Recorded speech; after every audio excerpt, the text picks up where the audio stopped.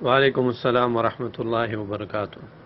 جب انسان سفر کا ارادہ رکھتا ہو، اگر انسان اپنے گھر سے زوال کے وقت سے پہلے نکلتا ہے یا پھر مغرب کے وقت کے داخل ہونے سے پہلے نکلتا ہے تو ایسی صورت میں جمع تاخیر افضل ہے۔ جمع تاخیر افضل ہے، یعنی کہ ایسی صورت میں پھر ظہر کی نماز کو عصر کے ساتھ اور مغرب کی نماز کو عشاء کے ساتھ پڑھنا چاہیے، اس کو جمع تاخیر کہتے ہیں۔ لیکن اگر زوال ہو چکا ہے یا مغرب کی نماز کا وقت داخل ہو چکا ہے، ایسی صورت میں جمع تقدیم افضل ہے، یعنی کہ عصر کی نماز کو ظہر کے ساتھ اور عشاء کی نماز کو مغرب کی نماز کے ساتھ جمع کرنا چاہیے۔ یہ رسول اللہ صلی اللہ علیہ وسلم کا طریقہ رہا ہے جو صحیح حدیث میں ثابت ہے۔ رہی دوسری بات کہ فرض نماز رسول اللہ صلی اللہ علیہ وسلم سواری پہ ادا نہیں کیا کرتے تھے، جیسے کہ صحیح حدیث میں ہے کہ رسول اللہ صلی اللہ علیہ وسلم سفر کی حالت میں نفل نماز اور وتر نماز جو ہے وہ سواری پہ ادا کیا کرتے تھے، لیکن جب فرض نماز کی باری آتی تو اللہ کے رسول صلی اللہ علیہ وسلم سواری سے اتر کر زمین پہ نماز ادا کیا کرتے تھے۔ لیکن یہ حکم اس صورت میں ہے جب انسان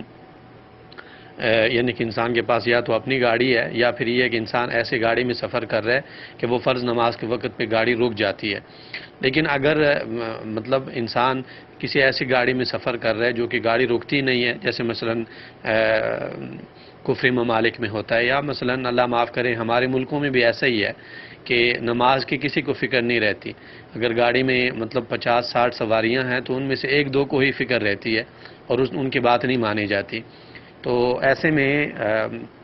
دین میں یہ قاعدہ اور طریقہ یاد رکھنا چاہیے کہ ارکان اور واجبات نماز میں ان پہ عمل کرنا ضروری ہے جب انسان کی طاقت ہو، استطاعت ہو عمل کرنے کی۔ اگر انسان کی استطاعت اور طاقت نہیں ہے عمل کرنے کی تو ایسی صورت میں پھر یہ جن چیزوں پہ انسان عمل نہیں کر سکتا ارکان اور واجبات میں سے وہ معاف ہے۔ اور دلیل اس پر حدیث ہے کہ صحابی رسول اللہ صلی اللہ علیہ وسلم کے پاس آئے اور آ کر کہا کہ یا رسول اللہ مجھے بواسیر کی بیماری ہے اور میں مطلب نماز جو ہے وہ صحیح طریقے سے ادا نہیں کر سکتا۔ رسول اللہ صلی اللہ علیہ وسلم نے فرمایا کہ صلی قائما فإن لم تستطع فقاعدا فإن لم تستطع فعلى جنب، آپ کھڑے ہو کے نماز پڑھیں، اگر طاقت نہیں ہے بیٹھ کے کریں، اگر نہیں ہے تو پھر سائیڈ پہ لیٹ کے کریں، یہی طریقہ ہے۔ اور جب نماز کا وقت آ جائے اور انسان قیام پہ قادر نہ ہو یا نماز کے دوسرے ارکان میں سے کسی رکن پر قادر نہ ہو تو اس کے لیے جیسے شیخ الاسلام تیمیہ رحمہ اللہ نے بات ذکر کی ہے، بہتر یہ کہ وہ نماز کو بر وقت ادا کرے، اور جن چیزوں پہ آپ کو طاقت نہیں ہے وہ آپ کے لیے معاف ہے، کیونکہ اللہ تعالیٰ نے فرمایا کہ لا یکلف اللہ نفسا الا وسعها، آپ کو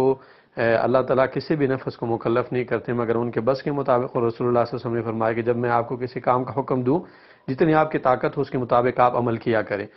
تو ایسی صورت میں پھر قیام جو ہے یہ معاف ہے۔ انسان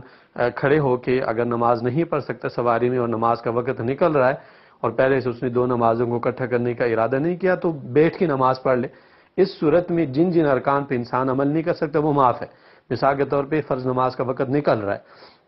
اور قبلہ وہ دوسری سائڈ پہ ہے، تو ایسی صورت میں ظاہر بات ہے انسان مطلب قبلے کی طرف کبھی کبھار ایسا ہوتا ہے کہ منہ کرنا بالکل ناممکن ہو جاتا ہے، تو قبلہ رخ ہونا اس صورت میں ساقط ہے۔ اسی طرح کبھی کبھار کھڑے ہونا انسان کے لیے ممکن نہیں ہوتا، تو کھڑے ہونا جو ہے یہ ساقط ہے، بیٹھ کے آپ نماز پڑھیں۔ اسی طرح کبھی کبھار انسان جو ہے سجدہ نہیں کر سکتا، گاڑی میں جاتے ہوئے سواریاں زیادہ ہوتی ہیں یا کوئی بھی مسئلہ ہے تو سجدہ آپ کے لیے معاف ہے، یعنی کہ سجدے کی جو ہیئت ہے، سجدے میں جانا، سر زمین پہ لگانا، یہ معاف ہے۔ ایسی صورت میں پھر آپ مطلب یا تو یہ ہے کہ رکوع کے لیے اشارہ کریں، سجدے کا اشارہ اسے تھوڑا نیچے ہونا چاہیے، یا پھر اگر یہ بھی ممکن نہیں تو انسان کو آنکھوں کے اشارے سے نماز پڑھ لینی چاہیے۔